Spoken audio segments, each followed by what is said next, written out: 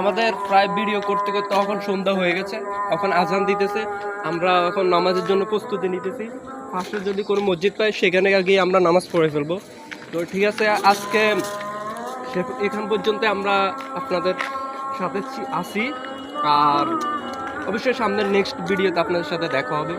তো চলুন, হ্যাঁ, নামাজের জন্য প্রস্তুতি নেওয়া যাক। কারণ নামাজ হচ্ছে ফরজ জিনিস, সেটা আল্লাহ তাআলার হুকুম, অবশ্যই আদায় করতে হবে।